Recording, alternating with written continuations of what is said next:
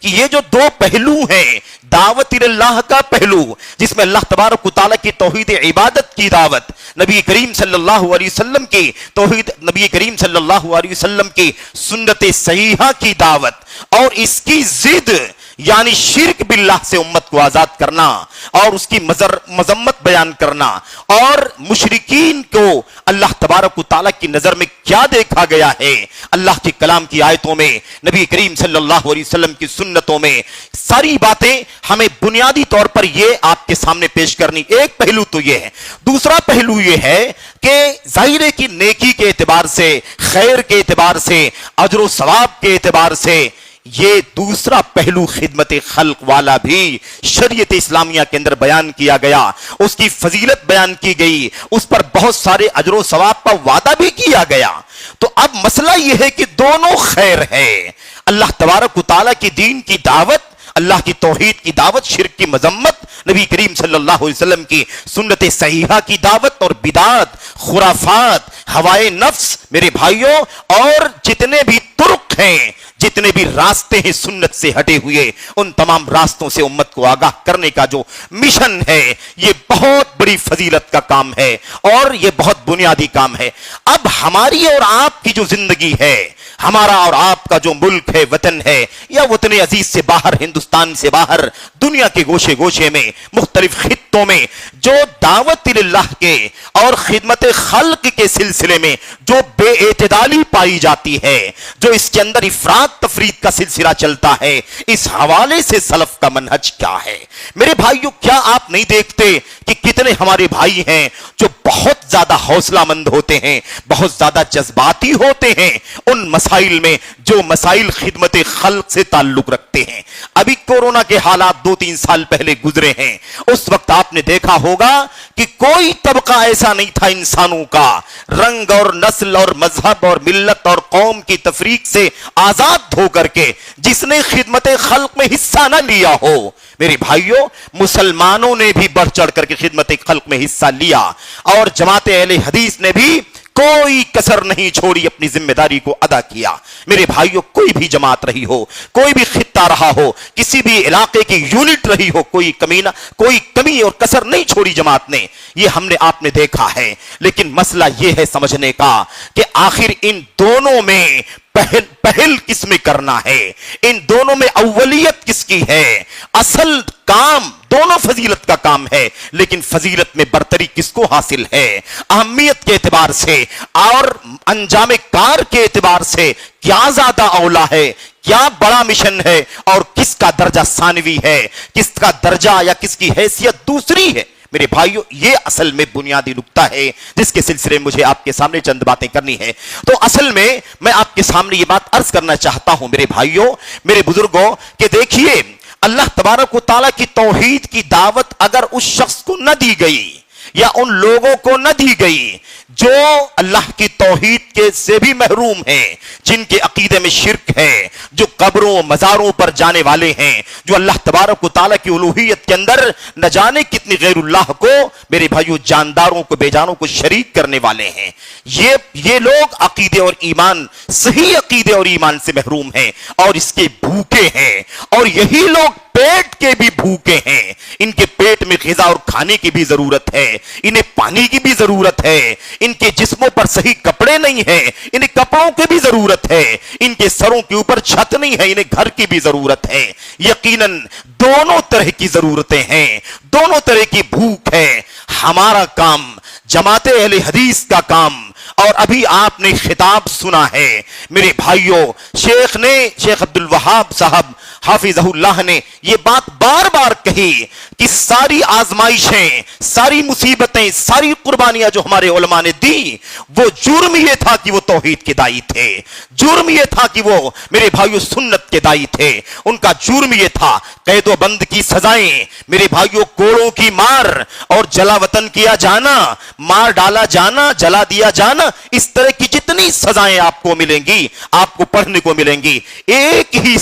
ہی جرم ہے میرے بھائیوں وہ یہ ہے کہ ہمارے اسلاف نے, ہمارے علماء نے ہمیشہ توحید کے مشن کو بلند رکھا, اس کے جھنڈے کو اونچا رکھنے کے لیے ہر طرح کی مشقت برداشت کی, ہر طرح کی قربانیاں برداشت کی. جان چلی جائے برداشت ہے, مال چھین لیا جائے برداشت ہے, عزت و آبرو کے ساتھ تلاوب کر لیا جائے برداشت ہے, ہر طرح کی اذیت دے دی جائے برداشت ہے, لیکن اللہ کی توحید کی دعوت کے سلسلے میں کوئی سمجھوتا نہیں. شرک کی مذمت زبان سے بھی قلم سے بھی ہر اعتبار سے میرے بھائیو جہاد کیا. اور ایسے ہی سنت کی دعوت, سنت کے خلاف ہوائے نفس ہے, خواہشات نفسانی, بدعات, محدثات اور عقل پرستیاں اور میرے بھائیو شریعت اور سنت کے اصولوں سے آزاد ہو کر کے منمانی باتیں کرنے والے لوگ, اس کے خلاف بھی میرے بھائیو علم جہاد بلند کرنے والے ہمارے یہ علماء اہل حدیث تھے. میرے بھائیو پوری تاریخ کو اپنے سامنے رکھیں, یہ تو اس تناظر میں کہ ہم اپنے ملک و وطن کی تاریخ میں ملک و وطن میں تاریخ اہل حدیث کی بات کر رہے تھے, اس لیے یہ اشارہ آپ کے سامنے کیا جا رہا ہے, احالہ آپ کے سامنے کیا جا رہا ہے. کہنے کا مطلب یہ ہے کہ اب یہ فیصلہ کون کرے گا کہ ہم ایک غریب شخص کا پیٹ بھریں, اسے کھلائیں پلائیں, یہ پہلے ضروری ہے, اسے کپڑا پہنائیں یہ پہلے ضروری ہے, یعنی خدمت خلق کرنے پر توجہ دیں یہ پہلے ضروری ہے, یا وہ جو عقیدہ و ایمان کا بھوکا ہے, جو سنت کا بھوکا ہے, پہلے اس کو پہلے اسے توحید کی غذا پہنچائی جائے, پہلے اسے سنت کی غذا پہنچائی جائے, پہلے اسے شرک سے آزاد کیا جائے, پہلے اسے بدعت و ہوا اور ہوائے نفس سے آزاد کیا جائے. پہلے کیا ضروری ہے میرے بھائیوں, کیا کریں؟ اس حوالے سے میں چند حوالے بھی آپ کے سامنے پیش کروں گا, آپ کو غور کرنے کی ضرورت ہے. پھر یہ پہلو بھی سامنے رکھیں کہ یہ کام جو خدمت خلق کا کام ہے, یہ کام کرنے والے اس مشن کو بہت زیادہ جذبات کے ساتھ آگے بڑھانے والے کون لوگ ہیں؟ اس میں سماج کا, ملت کا, قوم کا, وطن کا کون کون سا طبقہ لگا ہوا ہے, اور آپ کے اس توحید کی دعوت کے مشن میں کون ہے, سنت کی دعوت کے مشن میں کون ہے, اور امت کو شرک کی آلائشوں سے باہر نکالنے اور بدعات کے خرافات کے دلدل سے نکالنے کی ذمہ داری کون اٹھا رہا ہے, یہ پہلو بھی سمجھنے کی ضرورت ہے. میرے بھائیوں, میرے بزرگوں, اس حوالے سے بہت کچھ بے اعتدالی دیکھنے میں آتی ہے, اور آپ کو یہ سعادت اور شرف حاصل ہے, جماعت اہل حدیث کو یہ سعادت حاصل ہے کہ جماعت اہل حدیث واحد جماعت ہے میرے بھائیوں جو پوری دنیا کے چپے چپے میں جہاں جہاں وہ ہیں, چاہے بڑی تعداد میں ہو, چھوٹی تعداد میں ہو, چند افراد ہو, ایک فرد ہو, اپنے دل میں جو درد لے کر کے زندگی گزارتا ہے, وہ درد ہے امت کو شرک سے آزاد کرنے کا, وہ درد ہے امت کو خالص توحید پہنچانے کا, وہ درد ہے امت کو سنت کی خالص دعوت دینے کا, وہ درد ہے امت کو بدعات سے, خرافات سے, اور وہ راستہ جو لوگوں نے نبی کی سنت سے, صحابہ کرام کی سنت سے ہٹ کر کے اپنی منمانی سنت کے راستوں کے خلاف بنا رکھے ہیں, ان راستوں سے آزاد کرنے کا جذبہ ہر فرد جماعت اہل حدیث کا دنیا کے گوشے گوشے میں لے کر کے چلتا ہے. میرے بھائیوں, میرے بزرگوں, اب ایسی صورتحال میں کیا ان کا کوئی ساتھی ہے, کیا اس مشن میں ان کا کوئی حامی ہے؟ آپ اگر یہ جان رہے ہیں تاریخ کے حوالے سے کہ ہمیں, ہمارے علماء کو, ہمارے اسلاف کو اور تاریخ کے ہر دور میں اس لیے سزائیں دی گئیں, صعوبتوں کا سامنا کرنا پڑا کہ وہ توحید کے دائی تھے, وہ سنت کے دائی تھے, وہ شرک کے خلاف تھے, وہ بدعات کے خلاف تھے, اور وہ باطل مناہج اور راستوں کے خلاف تھے. اس لیے ان کو اگر سزا دینے والے سزا دے رہے ہیں تو بھلا وہ اس مشن میں ساتھ کیسے دے سکتے ہیں؟ جو سزا دینے کے در پہ ہو, ہمارے علماء کی جان لینے کے در پر ہو, قید و بند کی سزائیں دینے کے لیے کوئی بھی دقیقہ چھوڑنے کے لیے, برداشت کرنے کے لیے تیار نہ ہو, بھلا وہ ہماری اس توحید کے مشن کے ساتھی کیسے ہو سکتے؟ اگر وہ توحید کے مشن میں ہمارے ساتھی ہوتے تو بھلا یہ قید و بند کی سزاؤں کی نوبت کیوں آتی, جیل کی نوبت کیوں آتی, جان و مال کی تباہی کی نوبت کیوں آتی؟ میرے بھائیوں, مسئلہ واضح ہے, مسئلہ واضح ہے کہ آپ کے اس مشن میں آپ کا کوئی ساتھی نہیں ہے, آپ منفرد ہیں اس مشن کے اندر. اور یاد رکھنا جماعت اہل حدیث کے جیالو، ہم اپنے بڑوں کے بیچ میں گفتگو کر رہے ہیں. یاد رکھیں کہ اس سعادت کو، اس شرف کو اپنی زندگی سے کبھی جدا نہیں ہونے دینا. دوسرا پہلو سمجھو، خدمت خلق کرنے والے کتنے لوگ ہیں. ابھی کورونا کے حالات میں سب کے سامنے، آنکھوں کے سامنے سارا منظر تھا میرے بھائیوں. لوگوں کے پیٹ بھرنے والے، کھانے پینے، پہننے اوڑھنے، اور اس کے علاوہ گھر کے اخراجات، کرایہ، بھاڑا، تعلیم، تربیت، ان ساری اخراجات کی ذمہ داری کے لیے ہر طبقہ آگے تھا. مسلمان بھی کام کر رہا تھا، مسلمانوں کے سارے طبقے کام کر رہے تھے، غیر مسلموں کے سارے طبقے کام کر رہے تھے، سیاسی لوگ کام کر رہے تھے، سوشل لوگ کام کر رہے تھے، نیتا لوگ کام کر رہے تھے، حکومت کے ادارے کام کر رہے تھے. تو خدمت خلق کرنے والے تو دنیا کے ہر طبقے کے لوگ ہیں. جس سے یہ پیٹ بھرے گا، انسان کی جسم کی زندگی باقی رہے گی، انسان کا جسم زندہ رہے گا، لیکن وہ غذا کون فراہم کر رہا تھا میرے بھائیوں؟ جس غذا کی فراہمی سے انسان پیٹ نہ بھرے مر جائے گا لیکن جہنم میں نہیں جائے گا میرے بھائیوں. لیکن اگر توحید کی غذا نہ ملے، سنت کی غذا نہ ملے، شرک سے اس کو پاک نہ کیا جائے، بدعات سے، باطل مناہج سے اسے آزاد نہ کیا جائے، تو وہ عذاب جہنم کا مستحق بن سکتا ہے. اور اگر شرک کے ساتھ دنیا سے گیا یا عقیدے کی بدعات کے ساتھ دنیا سے گیا تو پھر ہمیشہ ہمیشہ کے لیے جہنم رسید ہو جائے گا. مجھے بتاؤ میرے بھائیوں کہ کیا دعوت اللہ کا مشن پہلے ہے یا خدمت خلق کا مشن پہلے ہے؟ سلف کا منہج کیا ہے؟ اسی لیے آپ قرآن کریم کی آیتوں کو آپ دیکھیں، انبیاء علیہ السلام نے پہلے توحید کی دعوت دیا ہے. حضرت لوط علیہ السلام نے توحید کی دعوت دی، اور جو فحاشی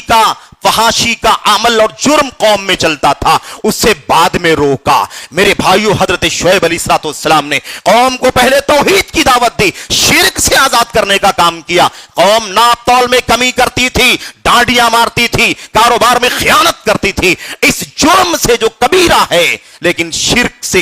کمتر ہے، توحید کے مقام کے سامنے اس کا درجہ کم ہے. یہ کام بعد میں، اس کی دعوت بعد میں منع کیا گیا. ناپ تول میں کمی نہ کرو بعد میں، لیکن پہلے کس سے روکا گیا؟ شرک سے روکا گیا. اللہ کے کلام کی آیتیں، نبی کریم صلی اللہ علیہ وسلم کی حدیثیں دیکھیں. آپ علیہ السلام نے حضرت معاذ بن جبل کو، ابو موسیٰ اشعری کو بھیجا، اور آپ نے ان کو کیا کہا؟ آپ لوگوں کا سامنا ایک ایسی قوم سے ہونے والا ہے جو اہل کتاب ہیں. فَلْيَكُنْ أَوَّلَ مَا تَدْعُوهُمْ إِلَيْهِ عِبَادَةُ اللَّهِ شَهَادَةُ أَن لَا إِلَهَ إِلَّا اللَّهِ إِلَىٰ أَن يُوَحِّدُ اللَّهِ. اللہ کے نبی علیہ السلام نے فرمایا تمہاری دعوت کا سب سے پہلا کام کیا ہونا چاہیے؟ تم اس بات کی دعوت دو کہ وہ ایک اللہ تبارک و تعالیٰ کی عبادت کریں، شرک سے باز آ جائیں. اس کے بعد نماز کی دعوت دینا، اس کے بعد زکات کی، اس کے بعد روزے کی اور دیگر چیزوں کی دعوت دینا. یہاں تک کہ سب سے پہلی دعوت کیا ہو؟ اِلَىٰ أَن يُوَحِّدُ اللَّهِ، اللہ کی توحید کا اقرار کریں. یہ توحید عبادت ہے، عبادت ربوبیت نہیں ہے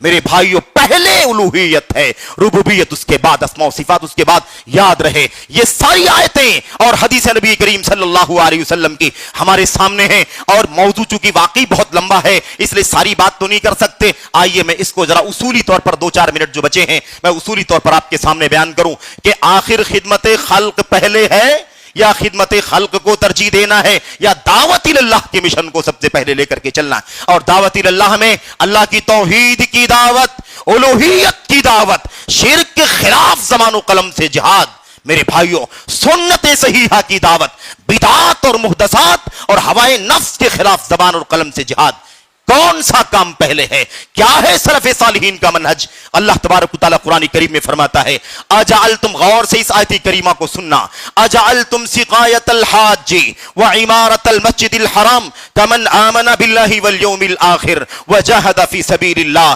لا يستوون عند اللہ واللہ لا يهدی القوم الظالمین الذین آمنوا وهاجروا وجاہدوا فی سبیل اللہ باموالہم وانفسہم اعظم درجة عند اللہ واولئک هم الفائزون. یہ سورہ توبہ کی دونوں آیتیں ہیں. آپ یاد رکھیں اللہ تبارک و تعالیٰ صاف فرماتا ہے اے لوگوں کیا تم نے حاجیوں کو پانی پلانا کھانے کھلانے پلانے کی بات چل رہی ہے میرے بھائیوں خدمت خلق کی بات چل رہی ہے. اللہ فرماتا ہے کیا تم لوگوں نے حاجیوں کو پانی پلانا اور کیا کرنا مسجد حرام کی عمارت یعنی کیا مطلب اس کی دیکھ ریکھ کرنا اس کی صفائی ستھرائی کرنا اس کی نگرانی اور نگہبانی کرنا کیا تم نے ان کاموں کو ویسے بنا لیا ہے جیسے ایمان لانے والے ہیں. تمہارا یہ کام کرنا کیا ویسے ہی ہے جیسے ایمان لانے والے ایمان لاتے ہیں. ایمان لانا اور تمہارا یہ کام کرنا تم بلا شبہ مسجد حرام کی خدمت کرنے والے ہو حاجیوں کو پانی پلانے والے ہو ان کو دھوپ سے بچانے کے لیے خیمے اور ٹینٹ لگانے والے ہو کنویں کھود کر کھجور ڈال کر میٹھا پانی پلانے کا انتظام کرنے والے ہو سب کچھ تم کرتے ہو لیکن کیا یہ کام فمن آمن باللہ والیوم الآخر کیا یہ ویسے ہو سکتا ہے جیسے اللہ تبارک و تعالیٰ پر ایمان لانے والا یعنی کیا خدمت خلق کرنے والا ویسے ہو سکتا ہے جیسے توحید کی دعوت دینے والا توحید ایمان لانے والا آخرت پر ایمان لانے والا اللہ تبارک و تعالیٰ کی توحید کا اقرار کرنے والا اور اللہ تبارک و تعالیٰ کی راہ میں اللہ کی توحید کی سربلندی کے لیے جہاد کرنے والا. اللہ تبارک و تعالیٰ فرماتا ہے لا یستوون عند اللہ یہ دونوں کبھی اللہ تبارک و تعالیٰ کے یہاں برابر نہیں ہو سکتے. کہاں ایمان والا کہاں توحید کی دعوت توحید کا اقرار توحید پر عمل آخرت پر ایمان کی دعوت اور کہاں تم یہ حاجیوں کو پانی پلانے کی نیکی اور حرم شریف کی خدمت کرنے کی نیکی کو تم نے ایمان والوں کے برابر بنانے کے لیے سوچ لیا ہے. لا یستوون عند اللہ یہ اللہ تبارک و تعالیٰ کے یہاں برابر نہیں ہو سکتے. اللہ تبارک و تعالیٰ فرماتا ہے واللہ لا یہدی القوم الظالمین ظالموں کو اللہ تبارک و تعالیٰ ہدایت نہیں دیتا. اس کے بعد مزید اللہ نے اگلی آیت میں فرمایا الذین آمنوا وہاجروا وجاہدوا فی سبیل اللہ باموالہم وانفسہم جو لوگ ایمان لائے وضاحت کے ساتھ جو لوگ ایمان لائے اور اپنے ایمان کی تحفظ کے لیے سلامتی کے لیے اللہ کی توحید پر قائم رہنے کے لیے اپنے وطن کو چھوڑ کر کے دوسرے وطن چلے گئے ہجرت کر کے چلے گئے اور اللہ تبارک و تعالیٰ کی راہ میں جانوں کے ذریعے سے جہاد کیا مالوں کے ذریعے سے جہاد کیا. اللہ تبارک و تعالیٰ فرماتا ہے اعظم درجۃ عند اللہ ان کا مقام اللہ تبارک و تعالیٰ کے ہاں بہت بڑا ہے. ان کا مقام اللہ تبارک و تعالیٰ کے ہاں بہت بڑا ہے. تو یہ ہے منہج سلف توحید کی دعوت اہل حدیثوں کا مشن اور خدمت خلق ان دونوں کے بیچ میں موازنہ کر کے دیکھ لو کیا ہے منہج سلف صالحین کا. اللہ کا کلام کہتا ہے توحید کی دعوت پہلے ہے اور خدمت خلق بعد میں ہے. دونوں کام کرنے والے ضرور نیکی کا کام کرتے لیکن دونوں کا درجہ ایک نہیں ہو سکتا. اللہ کی توحید ایمان اللہ کی راہ میں ہجرت اللہ تبارک و تعالیٰ کی راہ میں جان و مال سے جہاد ان کا درجہ اللہ کے ہاں بہت بڑا ہے. اولئک هم الفائزون واولئک هم الفائزون اور یہی لوگ حقیقت میں کامیاب ہونے والے. میرے بھائیوں میرے بزرگوں اب یہ تو بات لمبی ہے میں دو تین خالی اشارہ کرنا چاہتا ہوں امت کے ائمہ سلف کا میں نام لینا چاہتا ہوں. میرے بھائیوں امام احمد بن حنبل رحمت اللہ علیہ حضرت امام ابن تیمیہ رحمت اللہ علیہ ان کے شاگرد امام ابن القیم رحمت اللہ علیہ اور یہ تو چند چیدہ نام ہیں امت کے اعلام کی فہرست لمبی ہے. ان کی کتابوں کا مطالعہ کرنے سے معلوم پڑتا ہے. میرے بھائیوں اختصار کے ساتھ وہ بات عرض کروں میں 1-2 منٹ باقی بچے ہیں ٹائم کے اعلان کے مطابق. امام احمد بن حنبل بیان فرماتے ہیں سب سے بڑا کام اللہ کی توحید کا علم حاصل کرنا ہے. سب سے بڑا کام کیا ہے؟ اللہ کی توحید کا علم حاصل کرنا ہے. اللہ کی توحید کی معرفت حاصل کرنی. اللہ کی معرفت اس کی توحید کا حق جاننا سب سے پہلا کام ہے اور سب سے زیادہ ضروری ہے. کتنا ضروری ہے؟ اتنا ضروری ہے جتنا انسان کی زندگی کے جینے کے لیے زندگی کے لیے کھانے پینے کی ضرورت نہیں ہے. ہمارے اور آپ کے جینے کے لیے جتنا کھانے کی ضرورت نہیں ہے جتنا پینے کی ضرورت نہیں ہے اس سے کہیں زیادہ اللہ تبارک و تعالیٰ کی توحید کی ضرورت ہے. کہتے ہیں کھانے کی ضرورت دن میں ایک بار دو بار ہے, پینے کی ضرورت دن میں ایک بار دو بار ہے. اتنے سے انسان زندہ رہے گا, بلکہ 2 دن 4 دن بھی نہ کھائے, ہفتہ عشرہ بھی نہ کھائے, چند گھونٹ پانی پر بھی انسان کی روح چل سکتی ہے, انسان زندہ رہ سکتا ہے. لیکن اللہ کی توحید کا علم, اس کی معرفت اور اس کی دعوت اتنی ضروری ہے جتنی انسان کی سانسوں کی ضرورت ہے. جتنی سانسیں 1 سیکنڈ میں 2 سیکنڈ میں کتنی سانسیں چلتی ہیں, اتنی ضرورت ہے اللہ تبارک و تعالیٰ کی توحید کی, اتنی ضرورت ہے نبی علیہ السلام کی سنت کی. کیونکہ کھانا پینا نہ بھی ملا تو مر جائے گا انسان, اور ویسے بھی مرنا ہے. موت سے کس کو رستگاری ہے؟ آج ہم ہیں تو آج تم ہو تو کل ہماری باری. میرے بھائیو, موت تو آنی ہے ویسے بھی. یہ جسموں کی موت آسان ہے, جسموں کی موت عام بات ہے, موت تو آنی ہے, اس سے کچھ نہیں بگڑے گا. اگر وہ مرنے والا توحید پر مرا, سنت پر مرا, تو گرچہ بھوک و پیاس سے مر گیا, لیکن کل قیامت کی دن اللہ تبارک و تعالیٰ اس کے لیے جنت کا فیصلہ فرما دے گا. لیکن جس کو توحید کی غذا نہ ملی, جس کو دعوت اللہ میں توحید کی دعوت نہ ملی, سنت کی دعوت نہ ملی, شرک اور بدعات سے اور باطل راستوں سے آزاد نہ کیا گیا, اور وہ پیٹ بھر بھر کے مر گیا, آسائش کی زندگی جیتا ہوا مر گیا, خدمت خلق کی بوریاں لے کر کے, کھانے کے اناج کے کٹ لے کر کے, اور میرے بھائیوں کپڑے کا گٹھر لے کر کے, آسان چھات لے کر کے مر گیا, اور توحید و سنت سے محروم رہا تو کہاں جائے گا؟ جہنم میں جائے گا. میرے بھائیوں, امام احمد بن حنبل امام اہل سنہ فرماتے ہیں, اس سے صرف اور صرف جان جائے گی, جہنم کا عذاب نہیں ہوگا. لیکن توحید و سنت کی دعوت نہ ملی تو انسان عذاب جہنم کا مستحق ہو جائے گا. میرے بھائیو, یہی بات شیخ الاسلام ابن تیمیہ رحمت اللہ علیہ نے, یہی بات حافظ ابن القیم رحمت اللہ علیہ نے اپنی کتابوں کے اندر 1 2 نہیں کئی بار کہی ہے, اور کاش اس کا وقت ہوتا کہ آپ کے سامنے پڑھا جائے تو وہ موتیاں میرے بھائیو زیادہ ہمارے دلوں کو اپیل کرتی. بہرحال یہ صرف اور صرف روس اقلام ہے, جیسا کہ ذمہ داروں نے بتایا ہے کہ آگے کوئی مجلہ غالباً یا کوئی نمبر خاص شائع ہونے والا ہے جس میں یہ موضوعات مقالے کی شکل میں بھی شائع ہوں گے. اگر زندگی رہی اور اللہ تبارک و تعالیٰ نے توفیق دی تو ہو سکتا ہے کہ دلائل اکٹھا کر کے آپ کے سامنے پیش کیے جا سکتے ہیں. میرے بھائیو, دعا کریں کہ اللہ تبارک و تعالیٰ ہمیں اور آپ کو یہ نقطہ سمجھنے کی توفیق عطا فرمائے کہ جماعت اہل حدیث کا مشن کیا ہے. اب ایک بات آخری جو کہنی ہے وہ اختتامی بات ہے, وہ یہ ہے کہ یہ خدمت خلق کا کام سارے لوگ کرتے ہیں, سارے لوگ کرتے ہیں, مسلم بھی کرتے ہیں, نان مسلم بھی کرتے ہیں, حکومت بھی کرتی ہے, سوشل لوگ بھی کرتے ہیں, سب لوگ کرتے ہیں, بلا تفریق کرتے ہیں کہ نہیں کرتے ہیں. لیکن آپ کی دعوت توحید کا, دعوت سنت کا کام آپ کے سوا کوئی نہیں کرتا ہے. آپ تو 2.5% سے کم ہیں